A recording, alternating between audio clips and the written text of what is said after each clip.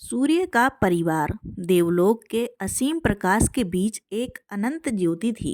वही ज्योति थी सूर्य।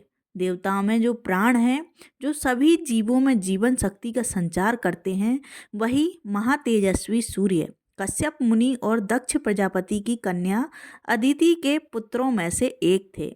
अदिति और कश्यप के घर 12 आदित्य उत्पन्न हुए। उनमें सूर्य सबसे प्रभावशाली महान ज्योतिर्मय, जो पूरे संसार में प्रकाश और ताप फैलाकर जीवन को जागृत करते हैं। यही सूर्यदेव आगे चलकर विश्वकर्मा की कन्या संज्ञा से विवाह करते हैं। संज्ञा अत्यंत रूपवती थी। उसके शरीर की आभा ऐसी थी मानो स्वयं कोई उज्जवल तारा हो, लेकिन उसके पति का तेज इतना प्रखर था कि उसके सामने उसकी आभा म्लान पड़ गई। सूर्य का तेज ऐसा था कि उनके पास खड़ा रहना भी कठिन था। संज्ञा अपने पति का आदर करती थीं, लेकिन वह उस तेज को सहन नहीं कर पाती थीं। दिन रात सूर्य के प्रखर प्रकाश में रहते हुए वह भीतर ही भीतर दग्ध होने लगीं। फिर भी वह पत्नी धर्म निभाने के लिए मौन रहकर सब कुछ सहती रहीं। संज्ञा के गर्भ से सूर्य के पहले पुत्र वैवस्वत मनु का जन्म हुआ, जो आगे चलकर मानव जाति के प्रवर्तक के रूप में प्रसिद्ध हुए। उसके बाद जन्म हुआ यम का, जो आगे चलकर मृत्यु के अधिपति बने, और उनकी पुत्री यमुना, जो पृथ्वी पर नदी के रूप में बहकर पवित्रता का प्रतीक बनी। लेकिन संज्ञा धीरे धीरे इस तेजस्वी संसार में असहाय पीड़ा महसूस करने लगी। वह सूर्य के स्नेह से बंधी हुई थी, परंतु उनका तेज उसके मन की शांति को नष्ट कर रहा था। एक दिन उसने सोचा, अब और नहीं सहा जाएगा, परंतु पति को छोड़ देना क्या इतना सरल है? वह दुविधा में पड़ गई। क्या करें, कहाँ जाएं? लंबे विचार के बाद संज्ञा ने एक अद्भुत निर्णय लिया। उसने अपने ही रूप और आकार की एक स्त्री का निर्माण किया। उस स्त्री का नाम उसने रखा छाया। छाया मानो उसकी ही परछाई थी। वही चेहरा, वही नेत्र, वही मधुरता। संज्ञा ने छाया से कहा, मैं कुछ समय के लिए जा रही हूँ, तुम मेरी जगह रहो। तुम सूर्य की पत्नी की भूमिका निभाओ, लेकिन ध्यान रखना तुम्हारा वास्तविक रूप कभी प्रकट ना हो। यदि तुम पकड़ी गई तो देवताओं के शाप से नहीं बच पाओगी। छाया ने मौन होकर सिर झुकाकर प्रतिज्ञा की। तब संज्ञा अपने पति के अज्ञान में अपना महल छोड़कर पिता विश्वकर्मा के घर चली गई। वहां जाकर थकी हुई वाणी में बोली, पिता, मैं आपके जमाता सूर्य के तेज को सहन नहीं कर पा रही हूँ। इतने दिन कर्तव्य समझकर रही, पर अब और नहीं रह सकती। मैं आपके घर शरण लेना चाहती हूँ।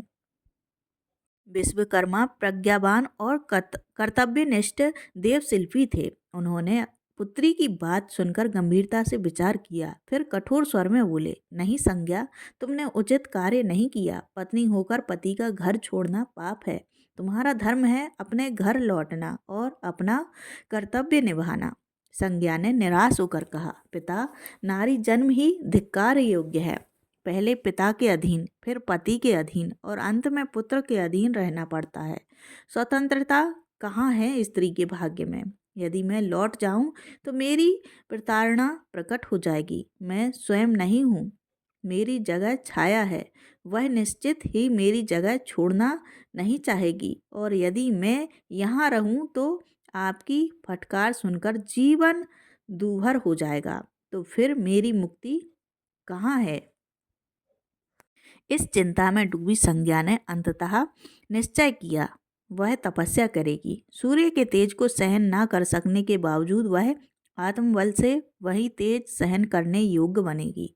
उसने अपना रूप बदलकर वर्फ के समान श्वेत एक अश्वरूपिणी स्त्री का रूप धारण किया। फिर पृथ्वी के उत्तर ध्रुव में जाकर तपस्या आरंभ की। वहाँ हिमाच्छादी पर्वतों के बीच तीव्र शीत में केवल लतापात खाकर वह कठोर तपस्या करने लगी। उसका लक्ष्य एक ही था, अपने पति के तेज को सहन करने की क्षमता प्राप्त करना।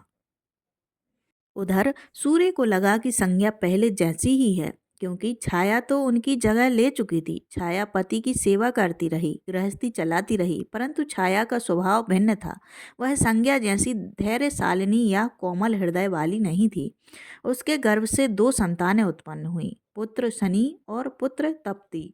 छाया अपने बच्चों से अत्यधिक स्नेह करती थी, पर संज्ञा की संतान वैवस्वत, यम और यमुना, उनसे वह उदासीन रहती थी। वैवस्वत मनु ज्ञानी और सहनशील थे, पर यम कुछ क्रोधी स्वभाव के थे। वह अपनी माँ के इस अन्यायपूर्ण व्यवहार से दुखी रहने लगे। जब देखते कि माँ अपने बच्चों को उत्तम भोजन, आभूषण और स्नेह दे रही हैं और उन्हें उपेक्षित कर रही हैं, तो उनके हृदय में ज्वाला उठती। एक दिन माँ के इस पक्षपातपूर्ण व्यवहार से वे क्रोध में भर गए। उन्होंने पांव उठाकर माँ की ओर मारने जैसा संकेत किया, यद्यपि उन्होंने स्पर्श नहीं किया। तब छाया क्रोधित होकर बोली, हे यम, तुमने मुझे मारने का प्रयास किया, इसलिए मैं तुम्हें शाप देती हूँ, तुम्हारा वह पांव गल जाएगा। यम भयभीत होकर कांपने लगे। वे दौड़कर पिता के पास पहुंचे और रोते हुए बोले, पिता, माँ ने मुझे अन्यायपूर्ण शाप दिया है। मैंने केवल क्रोध में पांव उठाया था, मारा नहीं था। माँ हमारे तीनों भाई बहनों की उपेक्षा करती हैं और अपने बच्चों को अधिक प्रेम देती हैं। मैंने केवल विरोध किया। सूर्य ने शांत स्वर में कहा, बेटा, माँ बिना कारण कभी शाप नहीं देती। अवश्य इसमें कोई कारण होगा, परंतु मैं तुम्हें आशीर्वाद देता हूँ कि तुम्हारा पाँव नहीं गिरेगा, पर उस पाँव में कीड़े पड़ेंगे, ताकि तुम शाप का फल भी पाओ और विनाश से भी बच जाओ। फिर सूर्य छाया के पास गए और कठोर स्वर में पूछा, हे बामिनी, सभी संतानें समान होती हैं, फिर तुम कनिष्ठों से अधिक स्नेह क्यों रखती हो? छाया मौन रही। सूर्य ने ध्यान योग से सत्य का अनुभव किया। उन्होंने जाना कि यह संज्ञा नहीं बल्कि छाया है, एक छलपूर्ण रूप। क्रोध से उनका तेज चारों ओर फैल गया। तब छाया ने सब कुछ स्वीकार कर लिया। छाया ने सत्य बताने पर सूर्य ने उसे शाप नहीं दिया, परंतु उनका अंतःकरण क्रोध से जल उठा। वे तुरंत विश्वकर्मा के घर पहुंचे और संज्ञा की खोज मांगी। विश्वकर्मा शांत स्वर में बोले, हे सूर्य, तुम्हारा तेज इतना प्रखर है कि संज्ञा उसे सहन नहीं कर सकी।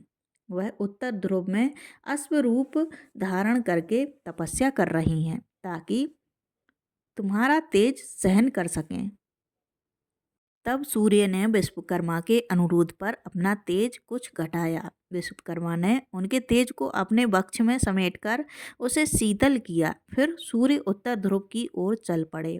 वहाँ हिमाच्छादी प्रदेश में उन्होंने एक अद्भुत अश्विनी को देखा, जिसके शरीर से शीतल प्रकाश निकल रहा था। सूर्य ने पहचान लिया, यही उनकी संज्ञा है। उन्होंने भी अश्वरूप धारण किया और संज्ञा के समीप पहुँचे। दोनों का मिलन हुआ।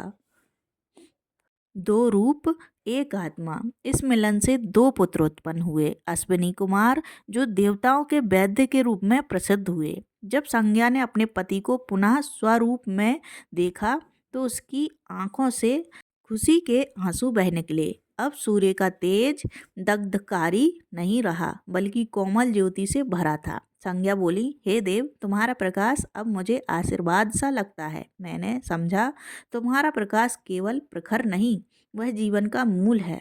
अब मुझे भय नहीं लगता। सूर्य ने स्नेहपूर्वक कहा, हे प्रिय, तुम्हारी तपस्या ने मुझे शक्ति दी है। अब तुम मेरे तेज को सहन कर सकती हो। यह तुम्हारी साधना का फल है। तुम्हारे द्वारा ही मेरा परिवार पूर्ण हुआ। फिर सूर्य और संज्ञा देवलोक लौट आए और उनके पुत्रों ने स्वर्ग और पृथ्वी पर अपने अपने कर्तव्य निभाने आरंभ किए। व्यवस्वत मनु मानव जाति के प्रवर्तक बने। यम मृत्यु के अधिपति बनकर न्याय स्थापित करने लगे। यमुना पृथ्वी पर बहकर जीवन की धारा बन गई। छाया के पुत्र शनि कर्मफल और न्याय के देवता बने और तप्ती पृथ्वी पर सूर्य वंश में जन्म लेकर राजा पुरु या इला से विवाह कर ली। इस प्रकार सूर्य का परिवार एक अद्भुत ऐश्वर्य से भर गया। प्रकाश, अंधकार, तेज और तपस्या सब मिलकर एक शाश्वत कथा का निर्माण हुआ जिसमें प्रेम है, कर्तव्य है, त्याग है और न्याय भी। संज्ञा का धैर्य, सूर्य का तेज, छाया का द्वंद्व और संतान का भाग्य, सब मिलकर यह कथा केवल देवताओं की नहीं बल्कि मानव जीवन का प्रतीक बन गई। सूर्य का परिवार इसलिए केवल देवलोक की कथा नहीं बल्कि यह प्रकाश और छाया के अनंत संघर्ष का प्रतीक है जिसमें प्रेम है, त्याग है और प्रकाश की ओर बढ़ने की अनंत साधना। तो दोस्तों, आपको यह वीडियो कैसी लगी कृपया कमेंट करके ज़रूर बताएं। वीडियो पसंद आया हो तो लाइक करें, चैनल को सब्सक्राइब करना ना भूलें। धन्यवाद। जय श्री कृष्णा। राधे राधे।